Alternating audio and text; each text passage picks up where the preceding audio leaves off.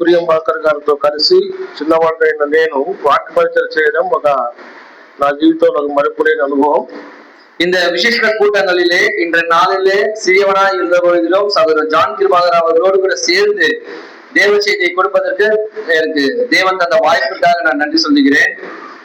ఇలాంటి అనుభవం అంటే నేను మాట్లాడుతుండగా నువ్వు తర్జుమా చేయడం కూడా ఇది మొదటి అనుభవం. విలియం బాగా అర్థం చేసుకున్నాడు, చక్కగా ట్రాన్స్లేషన్ చేస్తున్నాడు.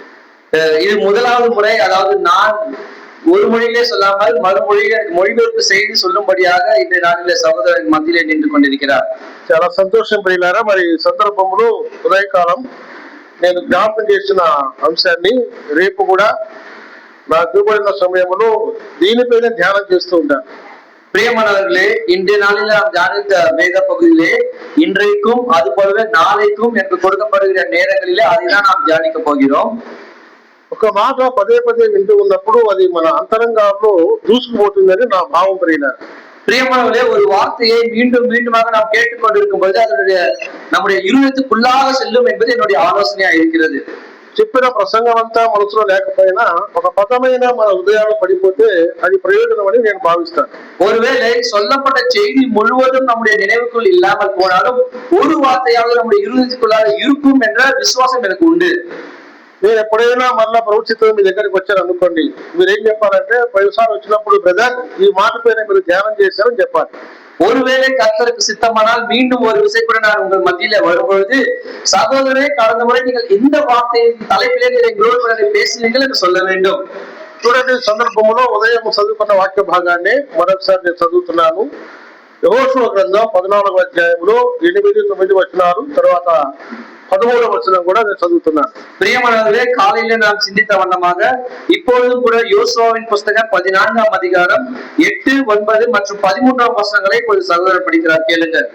నాతో కూడా బయలుదేరి వచ్చిన నా సహోదరులు జనుల హృదయములను కరుగు చేయగా నేను నా దేవుడైన యెహోవాను నిండు మనసుతో అనుసరించి ఆ దినమున మోషే ప్రమాణం చేసి, నీవు నా దేవుడైన యెహోవాను నిండు మనసుతో అనుసరించితివి కనుక నువ్వు అడుగు పెట్టిన భూమి నిశ్చయముగా నీకును నీ సంతానమును ఎల్లప్పుడూ స్వాస్థ్యంగా ఉండును అనెను. 13వ వచనం చూడండి. యెఫున్నె కుమారుడైన కాలేబు ఇశ్రాయేలు దేవుడైన యెహోవాను నిండు మనసుతో అనుసరించువాడు. ఈ వాక్య భాగాన్ని పదే పదే చదివినప్పుడు ఈ 3 వచన భాగాల్లో కూడా నిండు మనసు, తెలుగులో ఇది చాలా தூக்கமான பதம். பிரியமானவர்களே, இந்த 3 வசனங்களை நான் படித்திருக்கக்கூடிய இந்த வார்த்தை நிறைந்த மனது, உத்தமமான மனது தமிழில படிக்கிறோம். ஆனால் தெலுங்குல மிகவும் உன்னதமான ஒரு பொருளை கொடுக்கக்கூடிய ஒரு வார்த்தையா காணப்படுகிறது. ఈ నిండు మనసు అనే పదాన్ని పరిశుద్ధ గ్రంథంలో ఉదయం చెప్పినట్టుగానే మరి ఎక్కడా కూడా ఉపయోగించబడలేదు. நிறைந்த மனது என்ற வார்த்தை காலையில் சொன்னது போல வேதாகமத்தில் வேறு எங்கும் பயன்படுத்தப்படவில்லை. కాలేబు యొక్క భక్తి జీవితాన్ని పరిశుద్ధాత్మను తూకు వేసినప్పుడు అతని జీవితం అంతటిని కూడా ఈ 3 మాటలలో లేక 3 వచనాలలో ఒకే పదముతోనే காலேபு యొక్క భక్తి జీవితం అంతటిని కూడా రాశాడు. ప్రియుల, காலேபுடைய விசுவாச வாழ்க்கையை தேவன் தூக்கிலிட்டு பார்க்கும்போது அவருடைய வாழ்க்கை முழுவதையும் இந்த 3 வசனங்களினாலே அல்லது 3 முறை பயன்படுத்தக்கூடிய இந்த வார்த்தையினால அவருடைய வாழ்க்கையை அவர் சுருக்கமாய் எழுதிவிட்டார். కాలేబు సుదీర్ఘమైన ప్రయాణాల గురించి మాట్లాడుతూ, అప్పుడు నాకు 40 సంవత్సరాలు, ఇప్పుడు నాకు 85 సంవత్సరాలు వచ్చింది. ఈ 45 సంవత్సరాల భక్తి జీవితంలో నా మనసులో వెలితి రాలేదు, నేను నిన్ను మనసు కలిగి వెంబడిస్తున్నాను అని చెప్పాడు. இங்கு பிரியமானவர்களே, காலேபு தன்னுடைய விசுவாச வாழ்க்கையிலே பார்க்கும்பொழுது அப்போது எனக்கு 40 வயது, இப்பொழுது எனக்கு 85 வயது ஆகிலும் இந்த நீண்டமான இந்த 45 வருட விசுவாச வாழ்க்கையிலே என்னுடைய இருதயத்தில் குறைவு ஏற்படவில்லை, ஆனால் நிறைவாய் நான் பயன்படுகிறேன் என்று நான் இங்கு வாழ்க்கையை முன்னேறி செல்கிறேன் என்று சொல்கிறதை நான் பார்க்க முடியும். ఈ వాక్య భాగాన్ని ఎందుకు మన దృష్టిలో మనం ధ్యానం చేస్తున్నామంటే, కాలేబు వలె మనం కూడా ఉండాలని దేవుడు రాయించాడు. పాఠం అదే. பிரியமானவர்களே, நாம் எதற்காக இந்த வார்த்தையை தியானிக்கிறோம் என்று சொன்னால், காலேபை போல நாமும் வாழ வேண்டும் என்பதுதான் தேவன் நமக்கு கற்றுக் கொடுக்கக்கூடிய பாடமாக இருக்கிறது. అందులో భాగంగా యాకోబును గురించి కూడా ధ్యానం చేసే కదా. యాకోబు శ్రమలకుండా, ఇబ్బందికుండా, బాధలకుండా, కన్నీటికుండా, దుఃఖంకుండా తన విశ్వాసాన్ని కాపాడుకొని వృద్ధాప్యములో మంచపు తలాపు మీద వంగి దేవునికి నమస్కారం చేసి ప్రాణాన్ని వదిలిన వాడు. அந்த பகுதியிலேயே காலையிலே நாம் யாக்கோபை குறித்து அவர் தன்னுடைய வாழ்க்கையிலே பட்ட பாடுகளையும் கஷ்டங்களையும் துக்கமான நிலைமைகள் இருந்த பொழுதிலும் தன்னுடைய மரண காலத்தில் கட்டளின் மேல் இருந்து அவர் தொழுது கொண்ட காரியங்களை நாம் கற்றுக்கொண்டோம். అలాంటి పదమే దైవ గ్రంథంలో దావీదుల గురించి కూడా రాయబడింది. ప్రియులారా చూడండి, அதே போலதான் தாவீதை குறித்தும் வேதாகமத்திலே அதே வார்த்தைகள் எழுதப்பட்டிருக்கிறது. பாருங்கள், రాజుల మొదటి గ్రంథం 1వ అధ్యాయం 42వ వచనం. ప్రియులారా 41వ వచనం చూడండి. రాజుల మొదటి గ్రంథం முதல் ராஜாக்களின் புஸ்தகம் 1వ అధ్యాయం 1ஆம் அதிகாரம் 47వ వచనం 47வது వచనం. అందుకు రాజు సేవకులు, నా ఏలిన వాడవనకు రాజు నాకు దావీదులకు కృతజ్ఞతలు చెల్లింపవచ్చి నీ కలిగిన ఖ్యాతి కంటే సొలొమోనుకు ఎక్కువైన ఖ్యాతి కలుగునట్లును నీ రాజ్యము కంటే అతని రాజ్యము ఘనతగా ఉండునట్లును దేవుడు దయచేయును గాక అని చెప్పగా రాజు మంచము మీద సాగిలపడి నమస్కారం చేసి ఇట్లా నేను ராஜா தம்முடைய கட்டிலின் மேல் குனிந்து பணிந்து கொண்டார் என்று நாம் பார்க்கிறோம். దావీదు అనుభవంలో కూడా వృద్ధాప్యంలో ఉన్నప్పుడు మంచం మీద సాగిల పడుతున్నాడు. ప్రియులారా தாவீதும் தன்னுடைய முதிர் வயது காலத்தில் இருக்கும் பொழுது அவர் கட்டிலின் மேல் அவர் தேவனை தொழுகிறார் என்பதை நாம் பார்த்துக் கொள்கிறோம். దావీదు బలాఢ్యుడు, గొర్రెలు దాసిన వాడు, గొర్రెల కాపరైన వాడు, కొండలు ఎక్కేవాడు, దిగేవాడు, గొల్యాతులు సంహరించిన వాడు, సింహాన్ని ఎట్టబడిన వాడు. కానీ ఇప్పుడు వృద్ధుడయ్యాడు, శక్తి లేదు. தாவீது வாலிப நாட்களிலே கோலியாத்தை கொன்றவன், சிங்கத்தையும் கரடியையும் கொன்றவன், மலைகளை ஏறின ஒரு மனிதராக இருக்கக்கூடிய அவர் முதிர் வயது காலத்திலே கட்டிலின் மேல் இருக்கக்கூடியவரை நாம் பார்க்கிறோம்.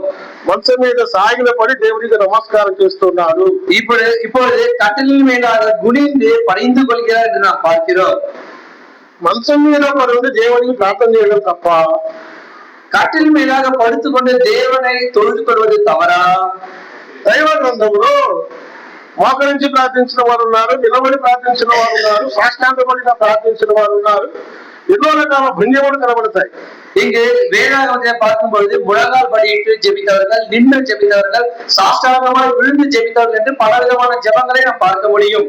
కానీ శరీరంలో సత్తువు లేనప్పుడు, అనారోగ్యంగా ఉన్నప్పుడు, బలహీనంగా ఉన్నప్పుడు, మంచం మీద ఉన్నప్పుడు ప్రార్థన చేయడం తప్పేమి కాదు. ప్రియులారా ஆனால் சரீரத்துல பலவீனம் இருக்கும் பொழுது, சுகபலமாய் இல்லாத பொழுது கட்டிலே நின்று ஜெபிப்பது தவறில்லை. பிரியமானவர்களே, దావీదు అనుభవం అలాగనే కనబడుతుంది. యాకోబు అనుభవం కూడా శ్రేష్టమైన ముగింపు కనబడుతుంది. కాలేబులు కూడా సుదీర్ఘమైన భక్తి జీవితం కనబడుతుంది. నమ్మకంగా కనబడుతున్నారు.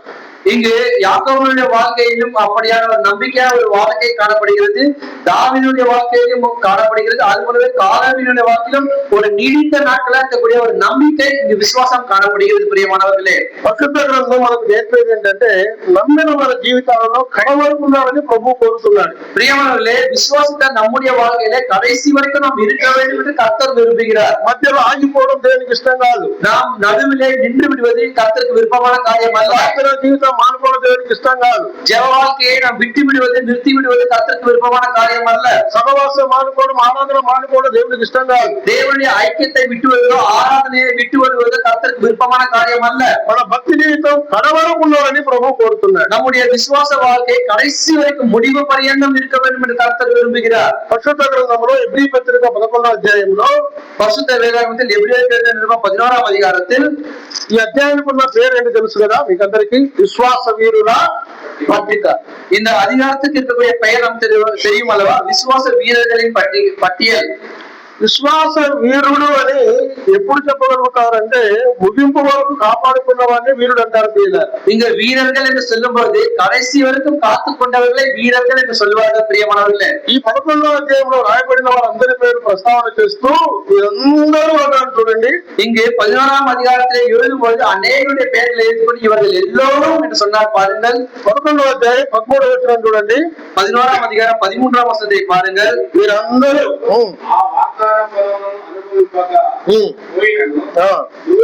చూచి వందనము చేసి తాము భూమి మీద పరదేశులను యాత్రికులమై ఉన్నామని ఒప్పుకొని విశ్వాసము గలవారే ముగిపోతుంది.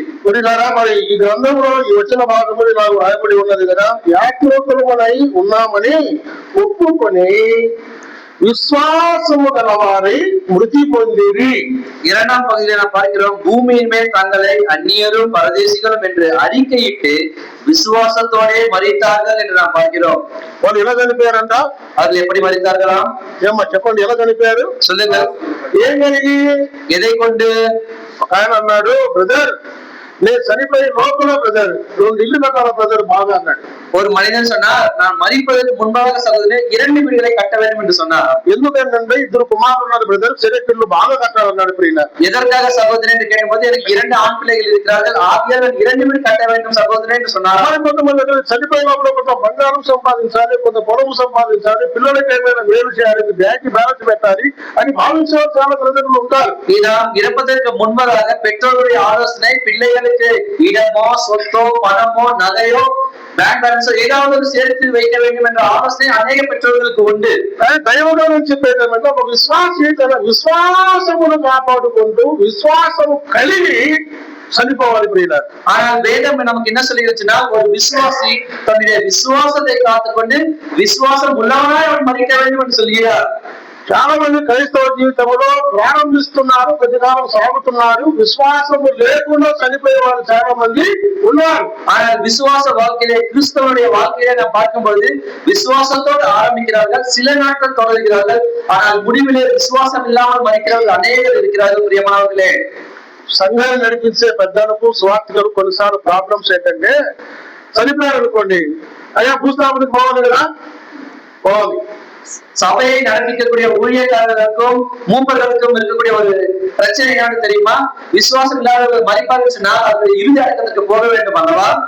ఇది సంఘ పెద్దలు పోకపోతే, స్వార్థులు రాకపోతే, ఇంతకాలం సంఘానికి పోయాం కానీ ఇది భూస్థాపనకు రాలేదు అని అంటారు. ఆ భూస్థాపన వెళ్ళి ఏం చెప్పాలి అక్కడ? ஒருவேளை அந்த இறுதி சடங்கிலே போகவில்லை என்று சொன்னால், இந்த ஊழியக்காரர்களும் சபை மூப்பர்களும் வரவில்லையே இறுதி சடங்குக்கு என்று சொல்வார்கள். ஒருவேளை அங்கு போனால் என்ன சொல்ல வேண்டும்? ఈ సహోదరుడి విశ్వాసాన్ని కాపాడుకున్నది చెప్పాలా? ఈ సహోదరుడి విశ్వాసాన్ని కాపాడుకున్నది చెప్పాలా? కొన్నిసార్లు మేము కూడా బోధకు అబద్ధాలు చెప్పాల్సి వస్తుంది. பிரியமானவர்களே, இந்த சகோதரன் தன்னுடைய விசுவாசத்தை முடித்துக் கொண்டார் என்று சொல்ல வேண்டுமா, அல்லது இந்த சகோதரி தன்னுடைய விசுவாசத்தை முடித்துக் கொண்டார் என்று சொல்ல வேண்டுமா? பார்த்தீங்கன்னு சொன்னால் சில நேரங்களிலே நாமும் போய் சொல்ல வேண்டியதாக இருக்கிறது. பிரியமானவர்களே, సహవాసాన్ని ఎప్పుడో మానుకున్నారు, ఆరాధన ఎప్పుడో మానుకున్నారు, ప్రార్థన ఎప్పుడో మానుకున్నారు, భక్తి ఎప్పుడో మానుకున్నారు, పరిచయం చేయడం మానుకున్నారు, అయినా లోపల విడిచారు.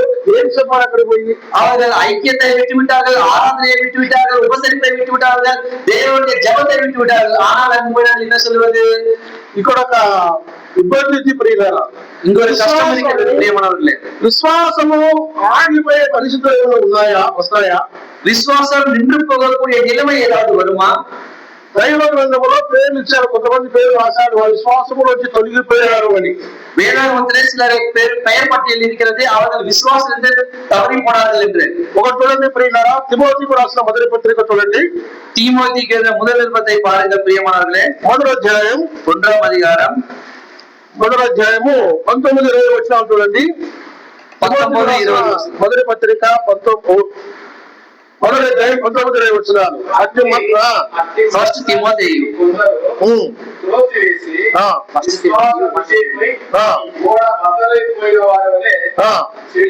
చెడి ఉన్నారు. వారిలో అనచంద్రులు ఉన్నారు, వీరు దూషింపబడకుండా చూపింపడుటకై వీరిని సాతానుకు అప్పగిస్తూ ఉన్నారు. 19వ వచనం అన్నాడు, వీరు విశ్వాసమనే ఓడ బద్దలైపోయింది తిమోతి అన్నాడు. ప్రియులారా, இந்த நல் மனசாட்சியை சிலர் தள்ளிவிட்டு விசுவாசமாகிய கப்பலை சேதப்படுத்தினார்கள் என்று நாம் பார்க்கிறோம். వారి విశ్వాసులే, విశ్వాసంలో వెంబడించిన వారే, ప్రతికాలం ఉన్నవారే కానీ వారి విశ్వాసం అనే ఓడ బద్దలైపోయింది అన్నాడు. ప్రియులారా, இவர்கள் விசுவாசிகள் தான், சில நாட்களிலே விசுவாசத்திலே பிரயாணித்தவர்கள் தான், ஆனால் கடைசியிலே விசுவாசமாகிய கப்பலை அவர்கள் சேதப்படுத்தினவர்களாக சொல்லப்பட்டிருக்கிறார்கள். దేవుని యొక్క ఉద్దేశం ఏంటంటే విశ్వాసుల విశ్వాసాన్ని కాపాడుకుంటూ యాత్ర ముగించాలని దేవుని యొక్క ఉద్దేశం. தேவனுடைய ஆலோசனை எப்படியா இருந்துச்சுன்னா, ஒரு விசுவாசி என்று சொல்லவர் தன்னுடைய விசுவாசத்தை கடைசி வரைக்கும் காத்துக்கொள்ள வேண்டும் என்பது அவருடைய ஆலோசனை. అందుకే సభలు, అందుకే కూడికలు, అందుకే ఆరాధన వర్తమానం. ఎందుకంటే నీ విశ్వాసాన్ని కాపాడుకో. அதற்காக தான் இந்த உற்சாக கூட்டமும் சிறப்பித்த கூட்டமும் ஆராதனை கூட்டங்கள் எதற்காக சொன்னா உன்னுடைய విశ్వాసத்தை நீ కాத்துకోల్ కాத்துకోల్ కాத்துకోల్ என்பதற்காக. ఇక్కడ సందర్భంగా వీరిద్దరి పేరు రాస్తూ వారి విశ్వాసం అనే ఓడ భద్రమైపోయింది అన్నాడు. இங்கு இரண்டு பெயர்களை சொல்லிக்கொண்டு அவருடைய விசுவாசம் என்று சொல்லக்கூடிய கப்பல் இங்கு உடைந்து விட்டது என்று சொல்கிறார். ఇక్కడ విశ్వాసాన్ని ఓడతో పోల్చాడు పౌలు గారు. இங்கு பவுலடியார்கள் விசுவாசத்தை ஒரு கப்பல் பேழையோடு கூட ஒப்பினை செய்கிறார். ప్రపంచంలో ప్రఖ్యాతి రాచిన ఒక ఓడ పేరు చెప్పండి. உலகத்திலே பெயர் போன்ற ஒரு கப்பலுடைய பெயரை சொல்லுங்கள். అందరూ చెప్తారు టైటానిక్ అనేది అందరికి నోట్లో ఓడబద్దం అయిపోయింది. టైటానిక్ టైటానిక్ టైటానిక్ டைட்டானிக் என்று சொல்லக்கூடிய பெயர் எல்லோருக்கும் ஒரு வழக்கமான ஒரு பெயராய் மாறிவிட்டது. దాన్ని నిర్మాణం చేసిన వారు మధ్యలో ఆగిపోవడం చేశారు, అవతల చేరుకోవడం చేశారు. அவர்கள் அந்த வேலையை ஆரம்பித்த பொழுது அந்த கப்பலை செய்ய வேண்டும் என்று நினைத்த போது பாதிலே நிறுத்திவிட வேண்டும் என்று செய்தார்களா, அதை இக்கரையிலிருந்து அக்கறைக்கு செல்ல வேண்டும் என்பதற்காக அவர்கள் செய்தார்களா? దాన్ని తోలే నావికుడు దాని ఓనర్ అందరూ ఏమన్నారంటే ఈ ఓనర్ మునిగిపోవడం అసాధ్యం అని ఒక మాట అన్నారు. దేవుడు కూడా దీన్ని ముంచలేడు. இந்த பேழையை அந்த டைட்டானிக் கப்பலை செய்த ஒரு நிர்மாணிகள் என்ன சொன்னாச்சுன்னா தேவனாலும் இந்த கப்பலை மூழ்கடிக்க முடியாது என்று சொன்னார்களாம். ఎందుకో టైటానిక్ పేరు చెప్పుకుంటున్నామంటే ఎక్కువగా టైటానిక్ అద్దరికి చేరలేదు, అవతల ఒడ్డుకు చేరలేదు, మధ్యలో మంచుకున్న తగిలి జలసమాధి చేయబడింది. రెండుగా చీల్చబడి నడి సముద్రంలో గర్భంలో మునిగిపోయింది. இங்கு பார்க்கும்போது எதற்காக நாம் இந்த டைட்டானிக்கை குறித்து நான் நினைவு கூறுகிறோம் சொன்னால் அது அக்கறைக்கு சேரவில்லை, பனிப்பாயை இழுத்துக் கொண்டு இரண்டாக பிளந்து கீழே விழுந்த ஒரு கப்பலாக என்று நாம் பார்க்கிறோம். కనుక మన విశ్వాసం అనే భక్తి జీవితం కూడా ఈ ఓడ కూడా ఈ ప్రయాణంలో అద్దరికి మనము చేరుకోవాలి. அப்படின்னு சொன்னால் விசுவாசம் என்று சொல்லக்கூடிய நம்முடைய இந்த கப்பலும் இக்கரையிலிருந்து அக்கறைக்கு சேர வேண்டும். కానీ పౌలు అన్నాడు, తిమోతి వీరిద్దరూ విశ్వాసం అనే ఓడ పగిలిపోయింది తిమోతి. ஆனா இங்கு சொல்லுகிறார் பவுலடியார்கள் தீமோத்தேயு இந்த இரண்டு பேருடைய விசுவாசமும் கப்பலை போல உடைந்து போனது என்று அவர் சொல்லுகிறார். చూడండి ఇదే పత్రికలోనే 6వ అధ్యాయం చూడండి, తిమోతికి రాసిన మొదటి పత్రికలో 6వ అధ్యాయము 10వ వచనం చూడండి. இதே தீமோத்தேயுக்கு முதல் நிருபம் 6ஆம் அதிகாரம் 10ஆம் வசனம் பாருங்க. ఎందుకనగా సమస్తమైన కీడులకు మూలము కొందరు దాన్ని ఆశించి విశ్వాసం నుండి తొలగిపోయి ఏమయ్యారంట? తొలగిపోయి నానా బాధలతో తమ్ముడు తామే పొడుచుకున్నది. தீமோத்தேயு విశ్వాసములో ఓడపై వెళ్ళిపోయిన వారు కొందరు ఉన్నారు, కొందరు విశ్వాసం నుండి తొలగిపోయిన వారు కొందరు ఉన్నారు. இங்கு விசுவாசத்தினாலே பேரையை சேதப்படுத்தினவர்கள் சிலர் இருக்கிறார்கள், ஆனால் இங்கு விசுவாசத்திலிருந்து விலகினவர்கள் சிலர் இருக்கிறார்கள். ఏమి బట్టి తొలగిపోయారు వీళ్ళు? எதை வைத்து அவர்கள் விலகி போனார்களாம்? ధనాపేక్ష. இங்க பண ஆசை ఒక వ్యక్తిని విశ్వాసంలోని పక్కకు లాగేసేది ఏంటి తెలుసా? ధనాపేక్ష. ధనాపేక్ష ஒரு விசுவாசியை தன்னுடைய விசுவாச வாழ்க்கையிலிருந்து பக்கத்துக்குள்ளாக தள்ளக்கூடிய எது தெரியுமா? பண ஆசை. ధనం ఉంటే విశ్వాసం తొలగిపోదు, కానీ ధనాపేక్ష ఉంటే తొలగిపోతాడు. ఇప్పుడు பணம் இருந்தால் விசுவாசத்தை நகர்ந்து போகிறதில்லை, ஆனால் பண ஆசை இருந்தால் விசுவாசத்தை விட்டு விலகி போகிறார். ఈ వ్యక్తి అన్నాడు, తొలగిపోయారు తిమోతి, విశ్వాసంలో తొలగిపోయారు తిమోతి. இங்க அவர் சொல்கிறார் தீமோத்தேயு அவர் விசுவாசத்தை விட்டு வரவி என்று அவர் சொல்கிறார். ప్రభువునందు ప్రియులారా, మన విశ్వాస జీవితాన్ని మనం సరిగా చూసుకోకపోతే తొలగిపోయే ప్రమాదము ఉంది. பிரியமானவர்களே, நம்முடைய விசுவாச வாழ்க்கையை நாம் காத்துக் கொள்ளாமல் போவோம் என்றால் நாம் விலகி போகக்கூடியவர்களாய் இருக்கிறோம். అది అందరికీ కూడా అపాయం ఉంది ప్రియులారా. அது எல்லோருக்கும் பிரச்சனை கொடுக்கக்கூடியதா இருக்கிறது. பிரியமானவர்களே, దుర్బోధనకు లోబడిన వారి విశ్వాసంలో తొలగిపోతారు. இங்க துர்போதனைக்கு கீழ்ப்படுகிறார்கள், விசுவாசத்துக்கு விலகி போகிறார்கள். ధనాపేక్షలు విశ్వాసంలో తొలగిపోతారు. பண ஆசை இருக்கக்கூடியவர்கள் விசுவாசத்திலிருந்து விலகி போகிறார்கள். 21వ వచనంలో 21ஆம் வசனத்தை பாருங்க. ఆ విషయంలో ఆ విషయములలో ప్రవీణులని కొందరు అనుకొని విశ్వాస విషయములో తప్పిపోయి. అంటే ఈ తిమోతి పత్రికలో 3 రకాలు చెప్పారు ప్రియులారా. అందరూ విశ్వాసంలో ఓడపై వెళ్ళిపోయిన వారు, విశ్వాసంలో తొలగిపోయిన వారు, విశ్వాసములో నుండి వారు తప్పిపోయిన వారు. பிரியமானவர்களே, அப்படின்னு சொன்னா இங்க தீமோத்தேயுக்கு வந்து 3 காரியங்களை அவர் சொல்லுகிறார். சிலர் விசுவாச கப்பலையே சேதப்படுத்தினவர்கள், சிலர் விசுவாசத்திலிருந்து விலகி போனவர்கள், சிலர் விசுவாசத்தையே விட்டு போனவர்கள் என்று நாம் பார்க்கிறோம். దీన్ని బట్టి మనకి ఏమర్థమవుతుందంటే, మన విశ్వాసాన్ని మనం కాపాడుకోకపోతే அப்படின்னு சொன்னால் பிரியமானவர்களே, நாம் இதிலிருந்து என்ன கற்றுக்கொள்கிறோம் என்று சொன்னால், நம்முடைய விசுவாசத்தை நாம் காத்துக் கொள்ளாமல் போனால் తొలగిపోయే ప్రమాదము ఉంది. நாம் விலகி போகக்கூடிய அனுபவம் உண்டு. మా పులివెందుల్లో ఒక సహోదరుడు ఉండేవాడు సంఘంలో. எங்களுடைய புலிவேந்த சபையில ஒரு சகோதரர் இருக்கக்கூடியவர். ధనాపేక్ష బాగా ఎక్కువ సహోదరునికి. பண ஆசை மிக அதிகமாக இருக்கிறது சகோதரனுக்கு. సంపాదించాలి సంపాదించాలి సంపాదించాలి, తృప్తి లేదు. சம்பாதிக்க வேண்டும் சம்பாதிக்க வேண்டும் சேர்க்க வேண்டும் என்ற ஆசைதான், வாஞ்சிதான், திருப்தி இல்லை. మా పులివెందుల్లో వైఎస్ రాజశేఖర రెడ్డి కుమారుడు జగన్ సీఎం అయ్యాడు. புலிவேந்தல వైఎస్ ராஜசேகர் அவர்களுடைய மகனாக இருக்கக்கூடிய ஜெகன் அவர்கள் சிஎம் ஆனார்கள். ఈ సహోదరుడు రియల్ ఎస్టేట్ వ్యాపారం మొదలుపెట్టి జగన్ సీఎం అయ్యాడు కదా, ఈ బెంగళూరు అయిపోతున్నట్టుగా విస్తారంగా భూములన్నీ కొన్నాడు. அவர் ஜெகன் அவர்கள் முதலமைச்சர் ஆகிவிட்டாரே அல்லவா, இந்த பட்டணமும் பெங்களூர் பட்டணம் போல மகாபட்டினம் ஆகிவிடும் சொல்லி அநேகமான நிலங்களை வாங்கிவிட்டாராம். డబ్బులు వడ్డీకి తెచ్చి చాలా వడ్డీలు తెచ్చి పొలాలు కొన్నాడు, స్థలాలు కొన్నాడు. அவர் பணத்தை வட்டிக்கு வாங்கி வந்து இடங்களையும் நிலங்களையும் அவர் வாங்கினாராம். అతను ఊహించింది ఏమి జరగలేదు. அவர் நினைத்தது ஒன்றும் நடக்கவில்லை. తాను పెట్టిన పెట్టుబడంతా వడ్డీలు మిగిలిపోయి భారమైపోయి తీర్చుకోలేని పరిస్థితులు మిగిలిపోయాడు. அவர் வாங்கின கடன் எல்லாம் அந்த வட்டிக்கு மேலாக ஆகி அவரால் தீர்க்க முடியாத கடனாய் மாறிவிட்டது. ప్రార్థన మానుకున్నాడు, ఆరాధన మానుకున్నాడు, ஜெபத்தை நிறுத்தி விட்டார், ஆராதனையை விட்டு விட்டார். దేవుడు నాకు ఎందుకు ఇట్లా చేశాడు అంటున్నాడు. ఇప్పుడు ఇలా தேவன் எதற்காக எனக்கு இப்படி செய்தார் என்று சொல்லுகிறார் பிரியமானவர்களே. ఆఖరికి ఏమైందంటే கடைசியில என்ன ஆகிவிட்டது என்றால் ఆత్మహత్య చేసుకుని చనిపోయాడు. தற்கொலை செய்து கொண்டு மறித்து போனார். ధనాపేక్ష సమస్తమైన కీడులకు అందులో తొలగిపోయి తమ్ముడు తామే పొడుచుకుందరు తిమోతి. பண ஆசை எல்லா தீமைக்கும் வேறாக இருக்கிறது, அதனாலே அவர்கள் பிரிந்து போகிறார்கள் என்று சொல்கிறார் தீமோத்தேயுவுக்கு. ప్రభునందు ప్రియులారా, మనకు ఉండవలసిందంటే విశ్వాసమును చివరి వరకు తీసుకుని పోవాలి. பிரியமானவர்களே, நமக்கு இருக்க வேண்டிய ஆலோசனை விசுவாசத்தை கடைசி வரைக்கும் நாம் கொண்டு போக வேண்டும். ఒక మాట చూడండి, ஒரு வார்த்தை பாருங்கள். తిమోతికి రాసిన 2వ పత్రిక చూడండి, இரண்டாம் தீமோத்தேயுக்கு நிருபம் 4వ అధ్యాయం 4ஆம் அதிகாரம். అది అందరికీ బాగా తెలిసిన నోటి వాక్యమే, இது எல்லோருக்கும் தெரிந்த ஒரு மனப்பாட வசனம் தான். చూడండి 7వ వచనం అన్నాడు, 7ஆம் வசனம் பாருங்கள். మంచి పోరాటము పోరాడి తిని నా పరువు కడముట్టి తిని. ఏం కాపాడుకున్నాడు? எதை காத்துக்கொண்டார்? ఏం కాపాడుకున్నాడు పౌలు గారు? பவுலடியார்கள் எதை காத்துக்கொண்டார்கள்? విశ్వాసము కాపాడుకున్నాడు తిమోతి. விசுவாசத்தை காத்துக்கொண்டேன் தீமோத்தேயு. ఎవరు సహోదరుడా?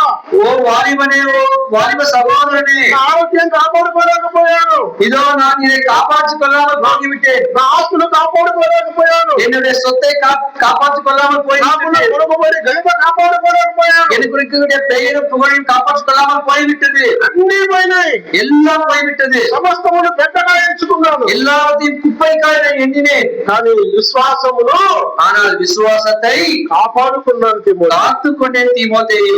అపోస్తలుడైన పౌలు జీవితంలో చివరి పత్రిక ఇది ప్రియుల, அப்போஸ்தலனாகிய பவுலடியாருடைய கடைசி நிருபம் பிரியமானவர்களே, ఆఖరి పత్రిక ఇది. கடைசி நிருபம். ఈ ఆఖరి పత్రికలో తూకం వేసుకొని నా విశ్వాస జీవితం నేను ఎక్కడ ఆగిపోయానా అన్నప్పుడు నేను కాపాడుకున్నాను. அவர் தன்னுடைய விசுவாச வாழ்க்கையை இந்த கடைசி நிருபத்திலே தூக்கம் போட்டு பார்க்கும்போது நான் எங்கேயா நின்று விட்டேன் என்று பார்த்துக் கொண்டு எங்கேயும் நிற்கவில்லை என்றால் சொல்லுகிறார். కాపాడుకుంటున్నాడంటే காத்து கொண்டார் என்று சொன்னா ఆయన ఇలువ ఎంత గొప్పది కదా.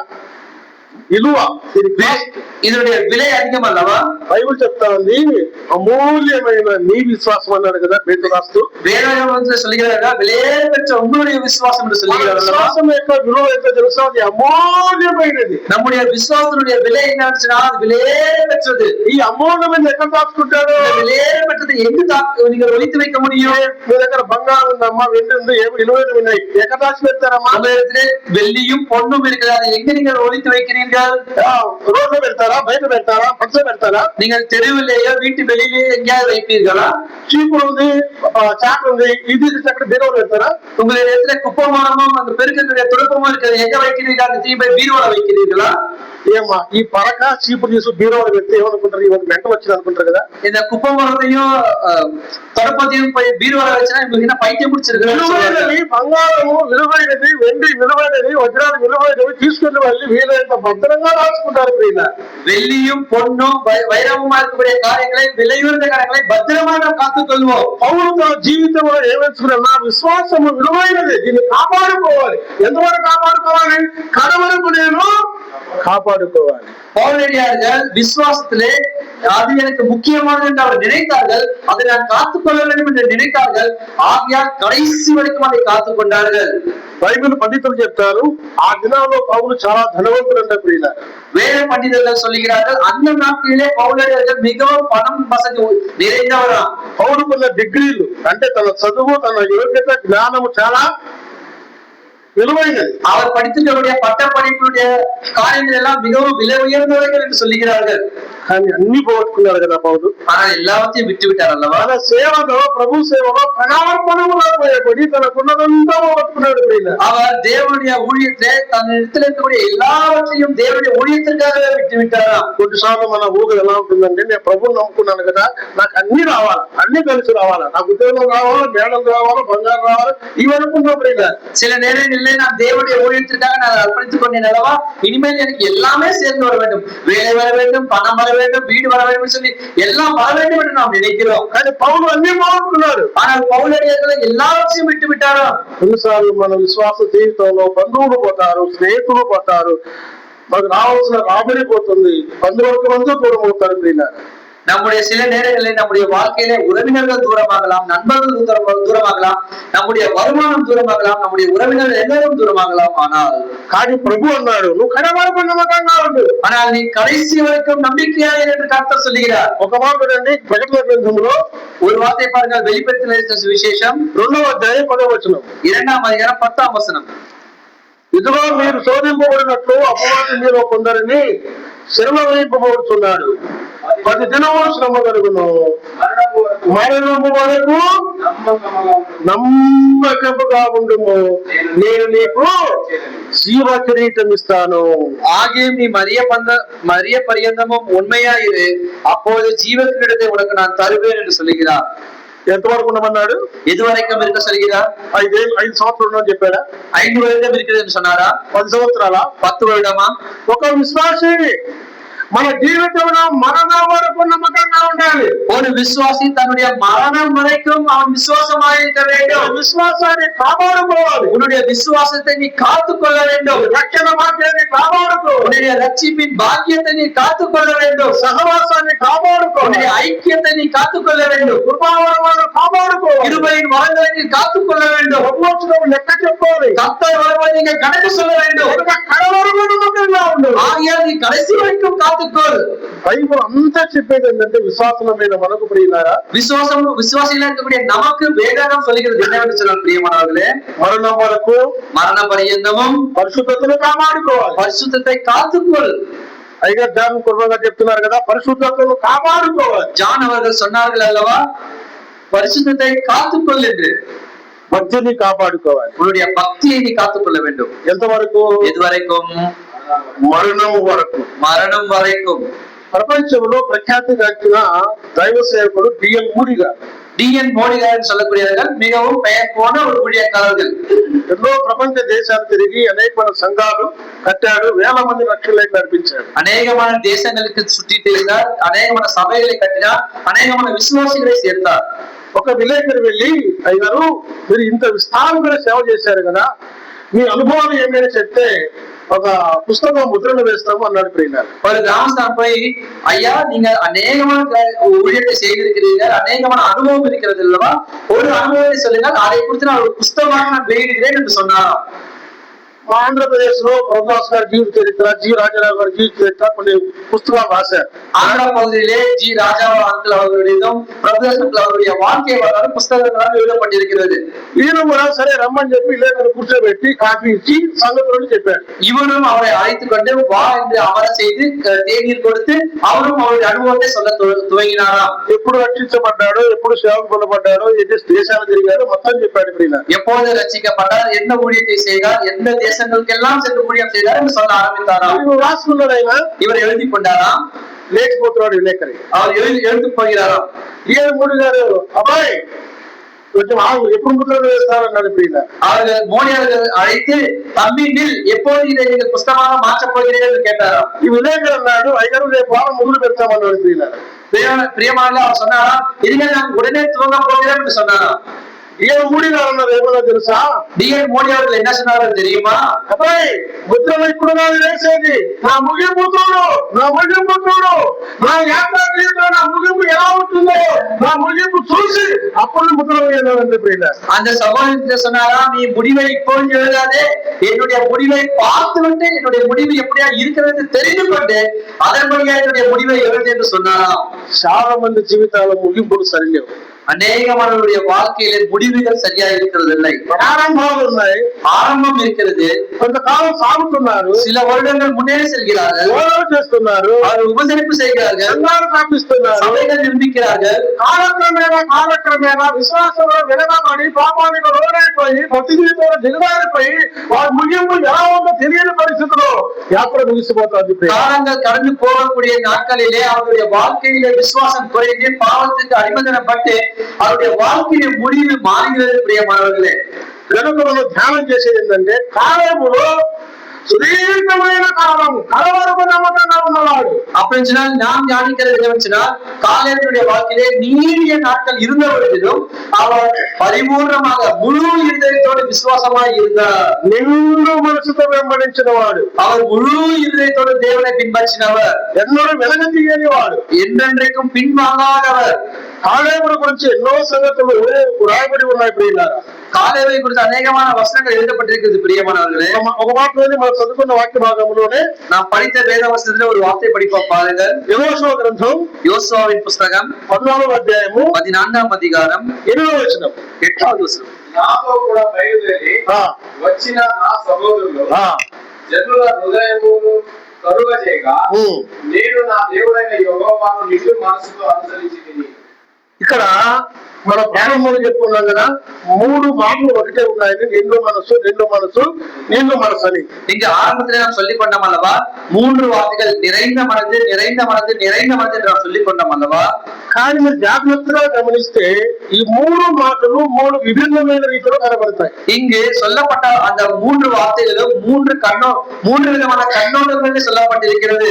ఇక్కడ 8వ వచనం అన్నాడు, నేను అనుసరించి తిని అన్నాడు ప్రియుల. இங்கு அவர் சொல்லுகிறார், நான் பின்பற்றினேன் என்று அவர் சொல்லுகிறார். 9వ వచనం అన్నాడు, అనుసరించితివి అనుసరించి తిని అన్నాడు ప్రియుల. 9వ வசனம் சொல்லும் பொழுது பின்பற்றினீர்களே என்று அவர் சொல்லுகிறார். 13వ వచనంలో ఏమన్నాడు, 13వ வசனத்தில் என்ன சொல்கிறார்? అనుసరించువాడు, அவர் அதை பின்பற்றக்கூடியவர் என்று சொல்லுகிறார்.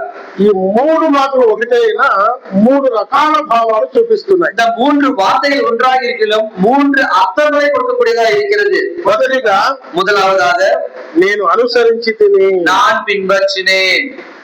ప్రభువును ఏ విధంగా వెంబడిస్తున్నారో తన మనసాక్షిని సాక్ష్యమిస్తాను ప్రియులారా. இங்கு தேவனை எவ்விதமாக பின்பற்றுகிறாரோ அவருடைய மனசாட்சிக்கு சாட்சி கொடுக்கிறது. பிரியமானவர்களே, 9వ వచనములో పక్కవారు చెప్తున్నారు ఏమని, నువ్వు అనుసరించితివి అని తోటి వారు చెప్తున్నారు. 9வது வசனத்திலே அக்கம் பக்கத்தில் இருக்கிறவர்கள் நீங்கள் பின்பற்றினீர்களே என்று பக்கத்தில் இருக்கிறவர்கள் சாட்சி கொடுக்கிறார்கள். 13వ వచనములో పరలోకపు దేవుడు చెప్తున్నాడు, నా సేవకుడైన కాలేబు నిండు మనసుని నన్ను వెంబడించేవాడు. இங்கு 13வது வசனத்திலே பரலோகத்திலிருந்து தேவன் சாட்சி கொடுக்கிறார், என்னுடைய குமாரனாகிய காலேபு பின்பற்றினான் என்று சொல்லுகிறார். దేవుని వెంబడించే విషయంలో 3 సాక్షులు ఇవ్వాలి. தேவனை பின்பற்றக்கூடிய விசுவாச வாழ்க்கையிலே 3 பேர் சாட்சி கொடுக்க வேண்டும். ఎవరు 3 ఇంట్లో భార్య, సంఘంలో సంఘ పెద్ద, సేవకుడు కాదు. யார் அந்த 3 பேர்? இல்லத்திலே மனைவியாரும் சபை மூப்பர்களும் விசுவாசிகள் ஊழியக்காரர்கள் அல்ல. మొట్టమొదటిగా முதலாவதாக మన మనసాక్షి చెప్పాలి. நம்முடைய மனசாட்சி சொல்ல வேண்டும். అందరూ దేవుడు మనసాక్షి పెట్టాడా? எல்லோரும் இருதயத்தில் தேவன் மனசாட்சி வைத்திருக்கிறாரா? ఏమో మీకు లేదా మనసాక్షి? என்னமா உங்களுக்கு இல்லையா மனசாட்சி? లేదా? உங்களுக்கு இல்லையா?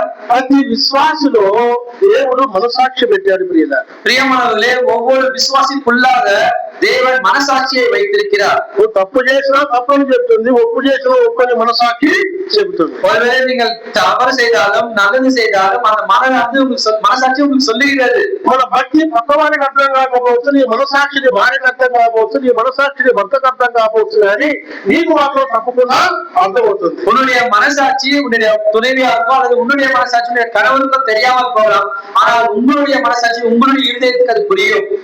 కాలేబు యథార్థంగా చెప్తున్నాడు, నేను నిన్ను మనసుతో ప్రభువును వెంబడించి తిని. ஆனால் இந்த காலேபு யதார்த்தமான இருதயத்தோடு சொல்கிறார், நான் முழு இருதயத்தோடு தேவனை பின்பற்றினேன் என்று அவர் சொல்லுகிறார். ప్రియమైన స్నేహితులారా, ప్రభువును వెంబడించడానికి మన మనసాక్షి సాక్ష్యం ఇస్తుందా? பிரியமானவர்களே, தேவனை பின்பற்றக்கூடிய காரியத்திலே நம்முடைய மனசாட்சி சாட்சி கொடுக்க வேண்டும், கொடுக்கிறதா? దీన్ని ఎవరు మోసపుచ్చలేరు ప్రియులారా. மனசாட்சியை யாரும் மோசம் செய்ய முடியாது. మనసాక్షిని ఎవరు కప్పేయలేరు. మనసాட்சியை யாரும் மூடி வைக்க முடியாது. అది మనసాక్షి ఓపెన్ గా ఉంటుంది, ఎప్పుడు మన అందరి జీవితాల్లో చూపిస్తుంటుంది ప్రియులారా. அது மனசாட்சி எப்போதும் திறந்ததாகவும் நமக்கு உணர்த்துகிற விதத்திலே இருக்கும். பிரியமானவர்களே, ప్రభువును ఇలా వెంబడిస్తున్నామా, నీ మనసాక్షి సాక్ష్యం ఇవ్వాలి మొదటిగా. பிரியமானவர்களே, நீங்கள் தேவனை எவ்விதமாக பின்பற்றுகிறீர்களோ மனசாட்சி சாட்சி கொடுக்க வேண்டும். ఆయన మనసాక్షి సాక్ష్యం ఇస్తా ఉంది ధైర్యంగా. இங்கு காலேபுடைய மனசாட்சி தைரியமாக சாட்சி கொடுக்கிறது அவரை குறித்து. మనసాక్షి సాక్ష్యం ఇవ్వకపోతే మన సాక్ష్యం సత్యమైంది కాదు. நம்முடைய மனசாட்சி நம்மை குறித்து சாட்சி கொடுக்க வேண்டும், இது உண்மையான வாழ்க்கை அல்ல. మన మనసాక్షి యథార్థత ఉంటే యథార్థం చెప్తుంది, తప్పు ఉంటే తప్పని చెప్తుంది, భక్తులు లోపం ఉంటే లోపం చెప్తుంది.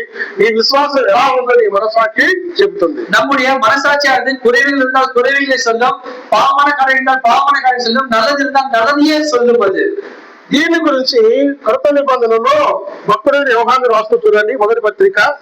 இதை குறித்து பக்தர்கள் அவர்கள் எழுதும்போது யோவான் எழுதின முதல் நிருபம், యోహాను రాసిన మొదటి పత్రిక 3వ అధ్యాయం చూడండి. யோவான் எழுதின முதல் புஸ்தகம் 3వ அதிகாரம் 19-20 కలిసి ఉన్నాయి చూడండి. 19-20 వచనాలు తెలుగులో சேர்ந்திருக்கிறது பாருங்கள். ఇందువలన మనము సత్య సంబంధులమని ఎరుగుదుము, దేవుడు మన హృదయముల కంటే అధికుడై సమస్తమును ఎరిగి ఉన్నాడు.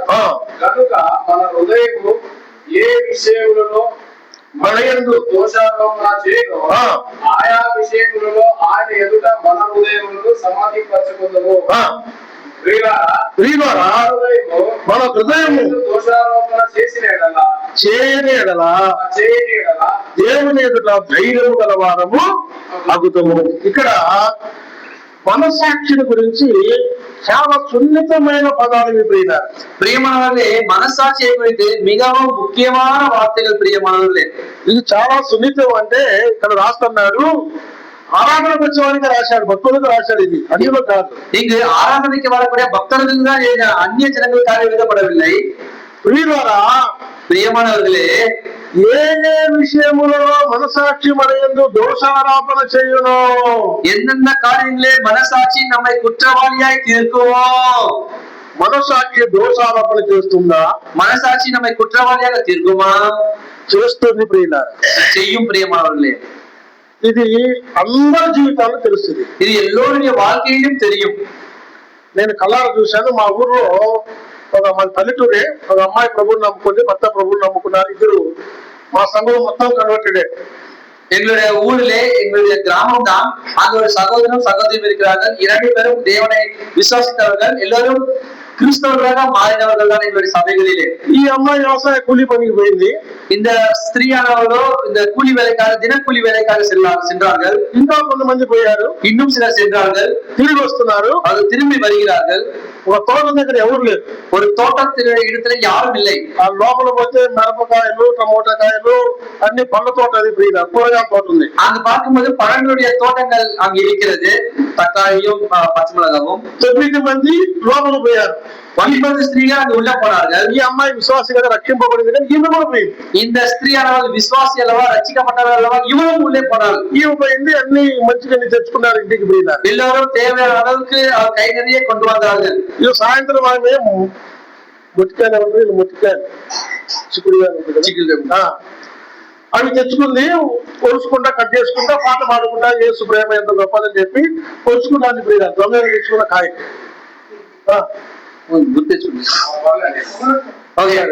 அவர்கள் போன்ற ஒரு காயை அவர்கள் கொண்டு வந்து அதை அவர்கள் பிரித்து கொண்டு தேவன் நல்லவர்கள் பாடலை பாடிக்கொண்டே இருக்கிறார்களாம். మొట్టికాయ సొంత అంత వచ్చేసిన అరకేజీ వచ్చేసిన తర్వాత మనసాక్షి పనిచేస్తుందంటే దొంగతనా దొంగలో తెచ్చుకొని నువ్వు పూల కోసం తెచ్చుకున్నావు మా పాట పాడకుండా వచ్చుకుంటున్నావే అని చదవరాదు కానీ మనసాక్షి నేరము చేయడం ప్రారంభించింది.